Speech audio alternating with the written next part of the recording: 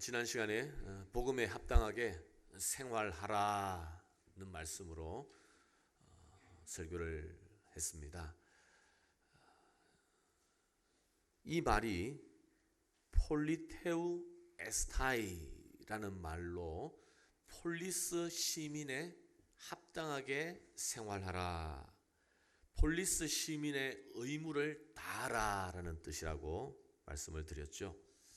빌립보라는 도시는 매우 특수한 성격이 있었는데, 바로 로마 제국 입장에서 로마 제국의 끝에 위치한 유럽의 끝에 서서 바로 주위 다른 야만인들에게 로마의 영광과 힘과 위엄을 보여주는, 그래서 로마가 얼마나 대단한 나라인지를 과시하는 역할을 한 것이 빌립보라는 도시였고, 그 시민으로 살아간다는 것은 바로 주위 다른 사람들과 동화되는 것이 아니라 바로 로마 시민으로 살아가는 것을 의미한다고 말씀을 드렸습니다. 바로 우리가 그런 존재들이에요. 우리는 이 세상에 살고 있습니다. 우리가 일하는 곳, 또 우리가 살아가는 삶의 터전은 세상입니다. 그러나 우리는 하나님 나라의 시민권자로서 이 세상의 가치와 질서를 따르는 존재가 아니라 바로 하나님의 영광을 위하여, 하나님이 어떤 분이신지, 하나님이 우리를 위하여 예비하신 그 영광스러운 영생의 복이 어떤 것인지를 이 세상 사람들에게 보여주어야 할 책임과 특권이 우리에게 있다. 이것이 바로 복음에 합당하게 생활하는 것이라고 말씀을 드렸습니다. 그러면 이 세상에서 복음에 합당하게 생활한다는 것은 어떤 것인가? 우리가 어떻게 하면 그러한 삶을 살 수 있을까? 네 가지를 말씀드렸죠.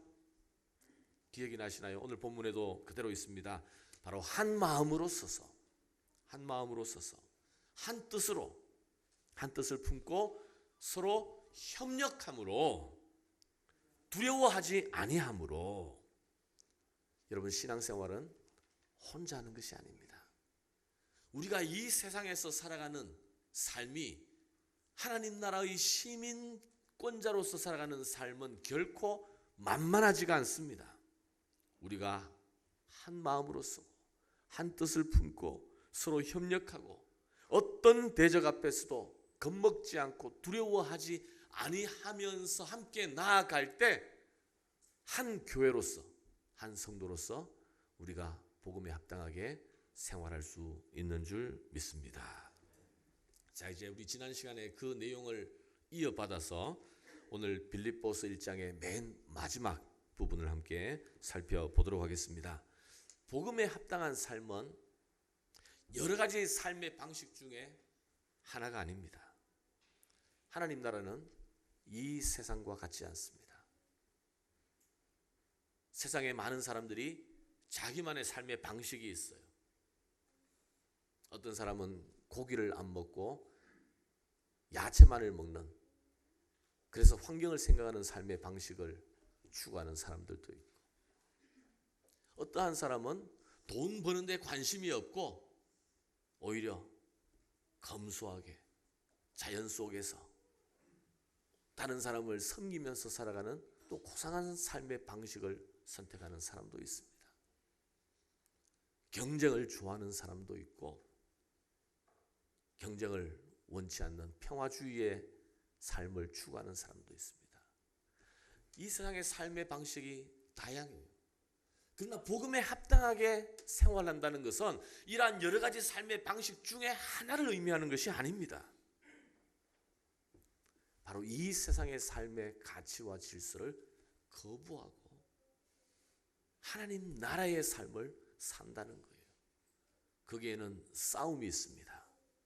저항이 있습니다.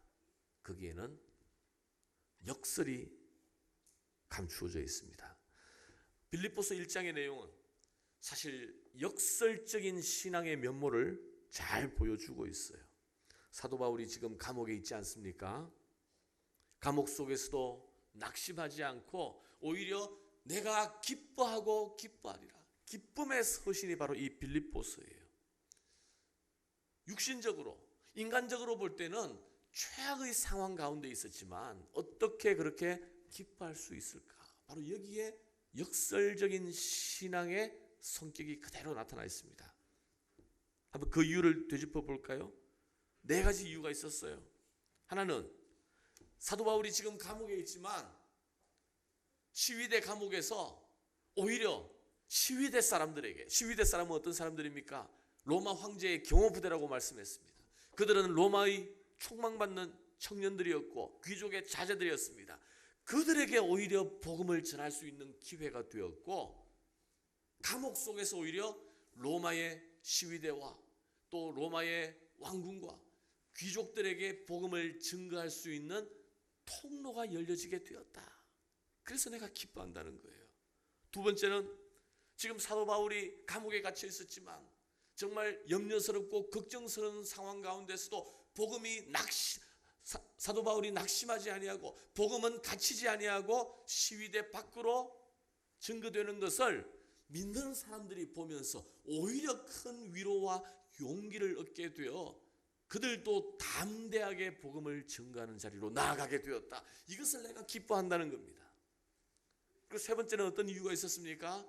사도 바울을 경쟁하면서 사도 바울을 시기하고 질투하고 미워하는 사람들도 많았는데, 그들은 사도 바울이 감옥에 갇혀 있음으로 인해서 오히려 그들이 자기의 존재를 드러나기 위하여 경쟁으로 시기심으로 그리스도를 증거하니 이것도 오히려 내가 기뻐하노라 말씀하셨어요. 그리고 맨 마지막에 바울이 이제 내가 석방될 가능성을 보면서 이제 내가 석방이 되면 너희를 위하여, 교회를 위하여, 나는 사실 지금 당장이라도 죽어서 그리스도의 품에 안기는 것이 좋으나 교회를 위하여, 성도를 섬기기 위하여, 복음을 증거하기 위하여 아직도 나에게 할 일이 있다면 그것으로 인해서 내가 기꺼이 섬기겠다. 바로 복음을 증거할 수 있는 또 다른 기회가 열릴 것을 생각하면서 기뻐한다. 얼마나 참 놀랍습니까? 얼마나 역설적입니까? 이 복음의 역설적인 성격이 바로 오늘 이 빌립보서 1장 맨 마지막 부분에서도 선명하게 드러나고 있습니다. 자, 한번 보시죠. 28절 한번 볼까요? 28절, 무슨 일에든지 대적하는 자들 때문에 두려워하지 아니하는 이 일을 듣고자 함이라. 이것은 이제 지난주일 다 설교한 거고요. 이제 오늘부터 시작되는 이 설교는 바로 그 다음부터입니다. 이것이 그들에게는 멸망의 증거요 너희에게는 구원의 증거니 이는 하나님께로부터 난 것이라. 자, 이것이 무엇입니까? 이것이 바로 복음에 합당한 생활이죠. 우리가 복음을 위하여 한 마음으로, 한 뜻으로, 서로 협력함으로 두려워하지 아니하고 복음에 합당한 삶을 살아가는 이것. 그런데 이 일이 그들에게는 멸망의 증거이고 바로 너희에게는 구원의 증거라는 것입니다. 자, 이게 무슨 뜻인지 한번 제가 몇 가지로 설명을 드리도록 하겠습니다. 먼저 노아를 한번 생각해 보시죠. 노아는 산 꼭대기에다가 뭘 지었어요? 아파트가 아니고 방주를 지었습니다. 산 꼭대기에 배를 지었습니다. 오랫동안 수많은 세월을 거슬리면서 배를 만들었어요. 여러분, 그 일이 얼마나 고단한 일이겠습니까? 고단한 일보다 더 힘들 수 있었던 것은 얼마나 멍청한 일입니까? 왜 산 위에 배를 짓습니까? 세상 사람들은 노아를 보고 미치광이라고 생각했어요. 제정신이 아니라고 생각했습니다. 어떻게 저렇게 할 일이 없어도 산 위에 배를 지을 수 있을까? 그러나 하나님의 계시를 들었던 노아에게는 이것은 미련한 일이 아니었어요. 미치광이 짓이 아니었습니다. 바로 하나님의 심판을 대비한 구원을 위한 일이었습니다. 믿지 않는 세상 사람들에게 노아의 모습은 멸망의 증거예요. 어리석기 짝이 없는 일이에요. 그러나 하나님의 말씀을 받았던 노아에게는 그 일이 구원의 증거가 된다는 것입니다. 그가 택함받은 증거이고 바로 앞으로 구원이 있을 증거가 된다는 거예요. 우리가 잘 아는 주기철 목사님을 한번 생각해 보시죠. 주기철 목사님은 일제시대에 신사참배를 거부했습니다. 사실 한국교회의 수많은 교단들이 결국 일제의 그 압력 앞에 굴복해서 총회 차원에서 신사참배를 허용했습니다. 그러나 몇몇 떠있는 사람들은 끝까지 목숨을 내놓고 신사참배는 우상숭배라고 거절을 했습니다. 대표적으로 주기철 목사님이 일제의 핍박을 받아서 심지어 그 송판 위에 대못을 거꾸로 꽂아놓은 그 송판 위를 피를 흘리면서 걸었습니다. 체중이 실릴 때마다 발바닥 아래에 못이 박혀 들어갈 때마다 얼마나 끔찍한 고통이 찾아왔겠습니까? 수많은 매를 맞고 감옥 속에서 모진 고통을 당하다가 결국 생명을 잃고 말았습니다. 자, 여러분, 일제 순사들 눈에는, 그리고 이미 신사참배에 나섰던 사람들 볼 때는 얼마나 바보 같은 일이에요. 그냥 뭐 총회 차원에서도 결의도 했고 다른 사람 다 하는 일이니까 일본 천황에게 절하고 예배하고 또 교회 와서 예배하면 되지 않겠느냐 라고 생각할 수 있어요. 미련한 일이에요. 어리석은 일이에요. 죽음을 자초하는 일입니다. 그러나 믿음을 지킨 사람에게는 바로 하나님을 사랑한 증거가 바로 거기에 나타났고 구원의 증거가 거기에 있었다라는 거예요. 여러분, 예수님의 십자가가 그런 것 아니겠습니까? 그가 고난을 받아 사람들 앞에 조롱거리가 되고 결국 십자가의 죽음을 당할 그때에 유대인들은, 대제사장들과 서기관과 바리새인들은 그가 하나님을 자칭하다가 하나님의 저주를 받아 죽은 것이라고 이야기했습니다. 맞아요. 십자가는 저주예요. 그러나 그 저주는 예수님에게 임한 것이 아니라 우리에게 임한 저주였고, 그 저주를 예수님께서 대신 십자가에 지심으로 말미암아 우리의 용서가 되고 우리의 구원이 이루어진 것인 줄 믿습니다.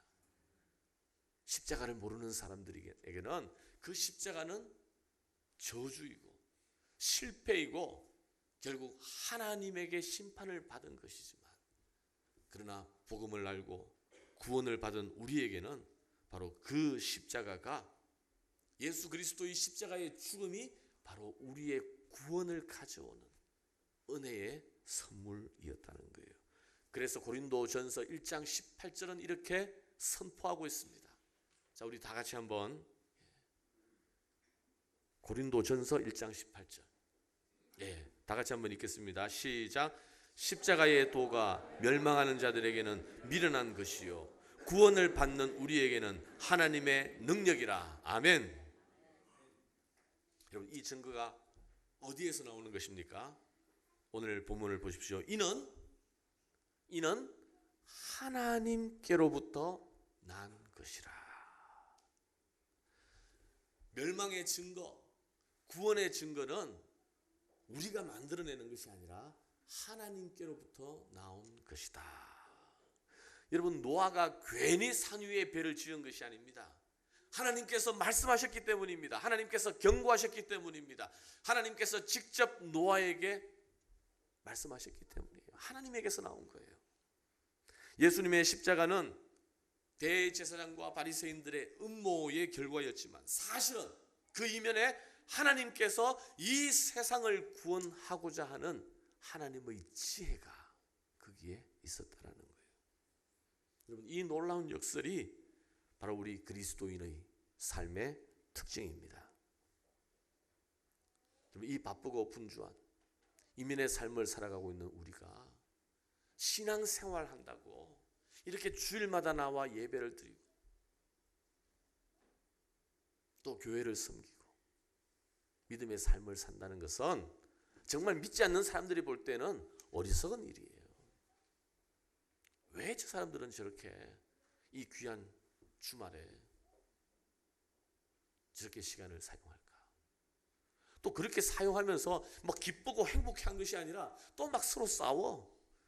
그래가지고 교회에서 힘들다 그러고 상처를 받았다 그러고 믿지 않는 사람한테도 기도 부탁한다고 그러고 왜 이렇게 한심하게 그냥 안 나가면 되지.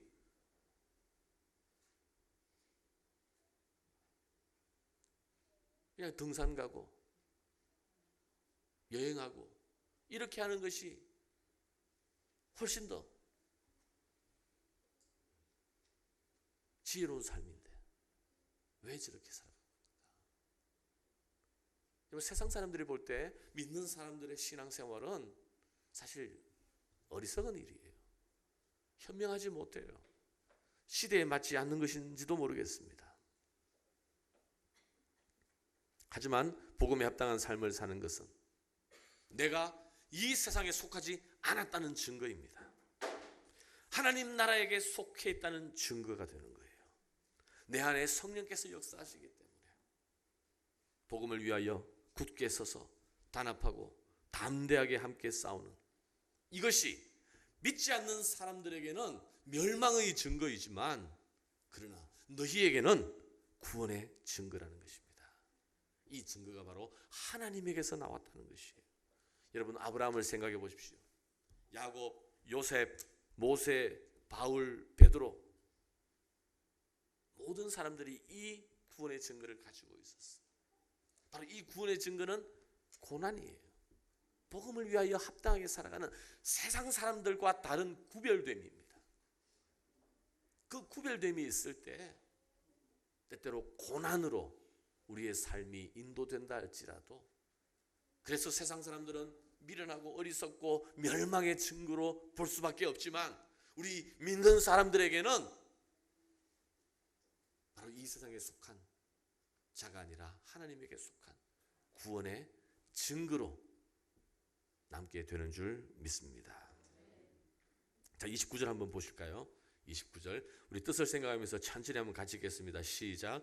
그리스도를 위하여 너희에게 은혜를 주신 것은 다만 그를 믿을 뿐 아니라 또한 그를 위하여 고난도 받게 하려 하심이라.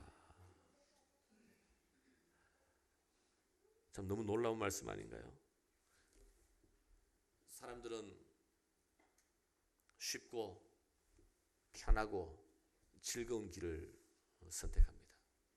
심지어는 믿는 것도 바로 그걸 위해서 믿는 사람들도 많이 있습니다.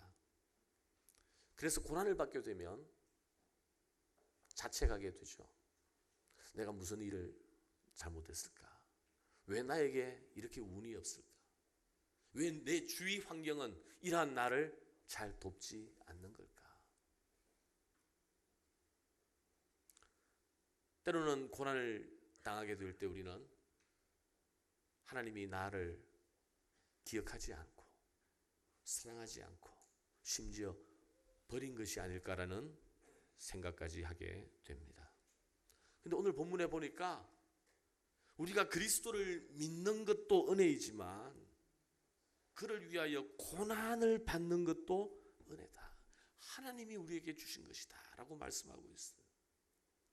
제가 이 말씀을 좀 주목해서 묵상했던 것은 제가 예전에 좀 어렸을 때에 그 미우라 아야코라는 일본 여류 소설가의 소설을 읽으면서였습니다. 한때 그분 소설에 굉장히 매료되어 가지고 그분이 쓴 책은 다 찾아서 읽었는데 이제 그분은 아주 신앙적인 기독교 신앙을 소설로서 참 잘 나타내고 있어요. 빙점 같은 게 그분의 소설이죠. 그런데 그분이 굉장히 몸이 약했어요. 그래서 뭐 글을 소설을 뭐 한 3시간 쓰면 또 5시간 누워 있어야 되고 또 사람들을 만나서 얘기를 하다 보면 양해를 구하고 제가 갑자기 너무 에너지가 없고 피로하니까 한 2시간만 쉬었다 오겠습니다. 그래가지고 막 그렇게 그만큼 몸이 약했어요. 근데 그 신랑도 남편도 얼마나 몸이 약했는지 몰라요. 평범한 공무원, 말단 공무원이었는데 근데 참 착하고 인격적인 사람이었어요. 그래서 이 사람도 늘 병을 달고 사는 거예요. 항상 아픈 사람들이 있어요. 근데 이 두 사람을 아주 귀하게 생각한 한 사람이 이웃에 있었는데 그 사람은 성명철학 들어보셨어요? 이름. 혹시 여러분은 이름을 좀 바꾸고 싶었던 적이 있나요? 우리 제가 아까 남아수 선교사님한테 선교사님 혹시 이름 마음에 안 들어서 바꾸고 싶었던 적이 있어요 하니까 화요일 수요일만 되면 자기는 안 좋았다고 이렇게 그래서 자신의 별명이 월화수였대요.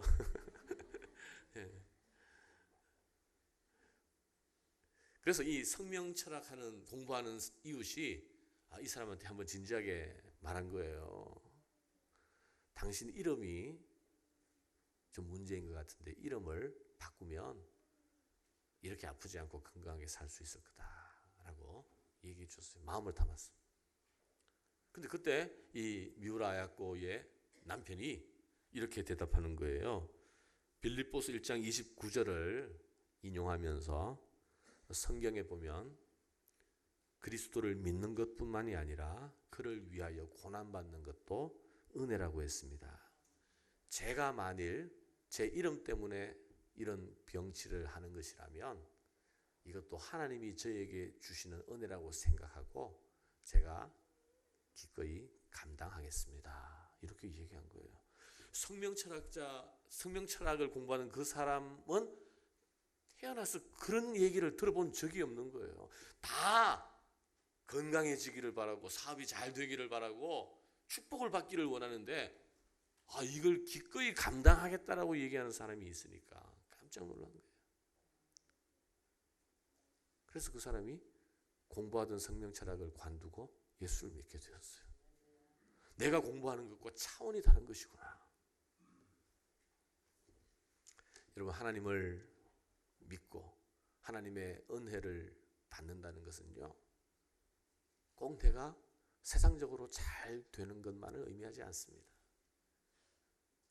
많은 사람들이 예수 믿으면서 사업이 잘 되고, 예수 믿으면 자식이 잘 되고, 예수 믿으면 건강해지고, 이러한 것을 기대하고 바라면서 신앙생활 하고 있을지는 모르겠지만, 또 그런 것이 전혀 없다라고 말할 수는 없지만, 그러나 그것이 신앙의 진정한 목표는 아니라는 것을 오늘 성경 우리에게 말씀해 주고 있습니다. 하나님께서 주신 은혜에는 그를 믿는 것뿐만이 아니라 그를 위하여 고난받는 것도 포함되어 있다라고 말씀하고 있어요. 그래서 어떤 분은 성도가 당하는 고난은 성도가 장차 하늘나라에서 예수 그리스도와 영적인 혼인예식을 하기 전 그리스도를 믿음으로 그리스도와 약혼할 때 받는 선물이라고 말했습니다. 고난 없이는 진정한 영광이 없기 때문입니다. 예수님께서 부활하시고 영광 받으신 것은 바로 그의 십자가가 있었기 때문입니다. 그래서 no cross, no 뭐예요? 처음 듣는 거예요? No cross, no crown. 십자가 없이는 영광의 면류관이 없다는 거예요. 여러분, 이것은 예수님에게만 해당되는 것이 아니라 바로 예수를 믿고 그를 따르는 우리 모든 그리스도인들에게 해당되는 이야기입니다. 십자가의 고난에 참여하지 않는다면 우리가 진정한 영광의 면류관을 쓸 수 없다는 거예요. 그래서 성경에서는 분명히 말씀하고 있습니다. 디모데후서 3장 12절에 보면, 자, 한번 자막을 한번 주목해 주세요. 디모데후서 3장 12절에 보면, 우리 같이 읽겠습니다. 시작. 무릇 그리스도 예수 안에서 경건하게 살고자 하는 자는 박해를 받으리라.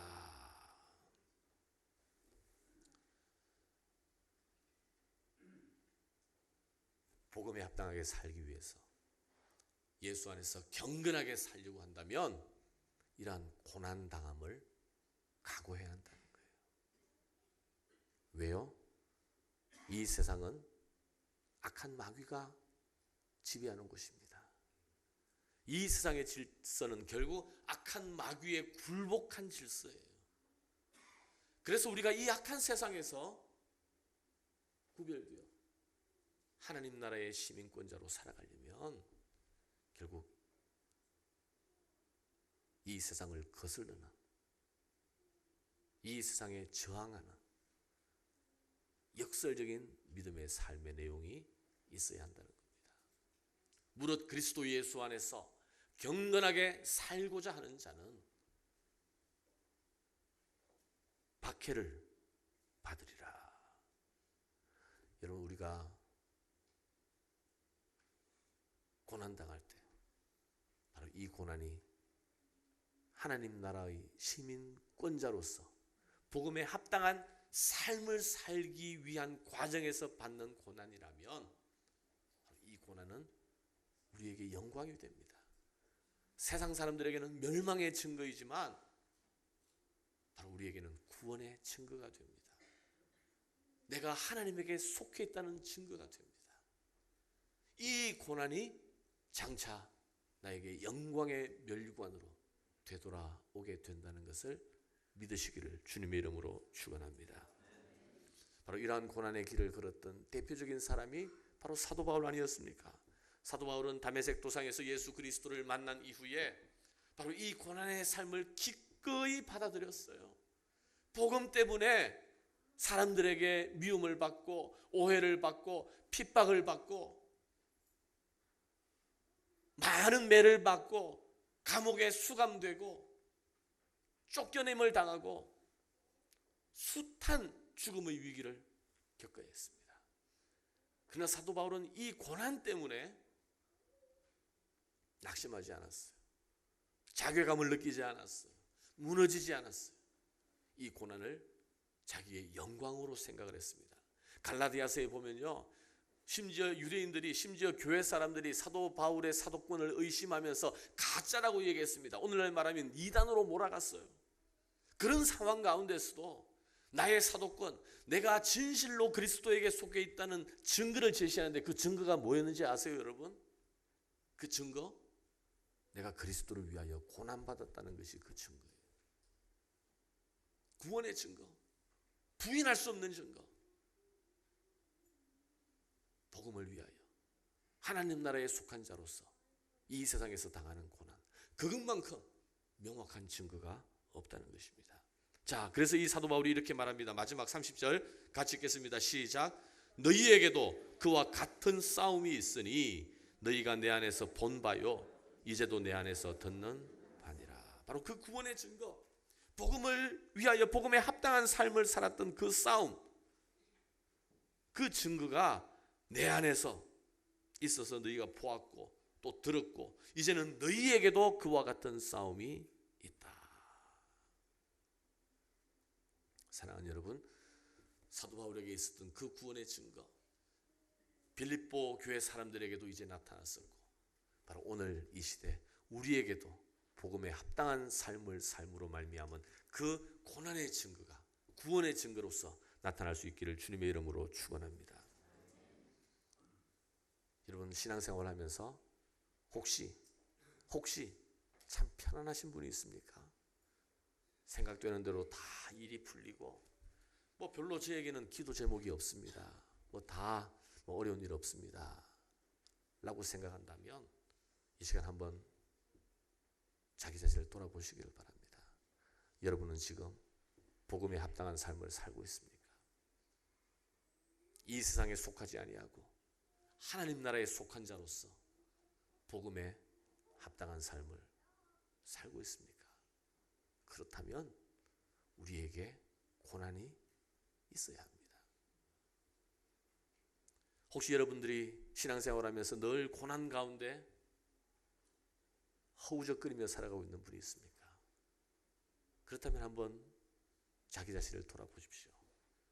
이 고난이 어디에서 나온 것인가?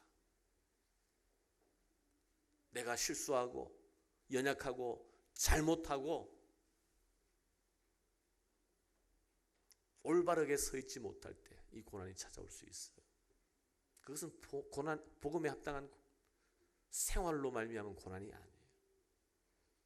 또 이 악한 세상에서 그 악이 내뿜는 파편에 내가 맞아서 내가 고난당하는 상황 가운데로 들어갈 수 있습니다. 많은 사람들과 얽히고 설키는 관계 속에서, 왜냐하면 우리 모두가 다 연약한 존재들이거든요. 우리 모두가 다 죄인들이거든요. 그래서 그 관계 속에서 우리가 어려움을 당할 수 있고 고난을 당할 수 있어요. 그러나 내가 당하고 있는 이 고난이 복음에 합당한 삶을 살고자 하는 의지로 말미암아 생겨나는 고난인가? 무릇 그리스도 예수 안에서 경건하게 살고자 할 때 박해가 있고 고난이 있다고 했는데 과연 그 고난인가? 돌아보시기를 바랍니다. 그리고 실제로 여러분 가운데 복음에 합당한 삶을 살고자 하는 그 이유 때문에 사도 바울처럼 또 빌립보 교회 사람들처럼 그 동일한 싸움을 싸우고 고난을 당한 분이 계시다면 여러분 기뻐하십시오. 그것은 우리의 구원의 증거가 됩니다. 그것은 장차 하나님이 우리에게 주시는 영광의 면류관을 받는다는 그 증거가 되는 거예요.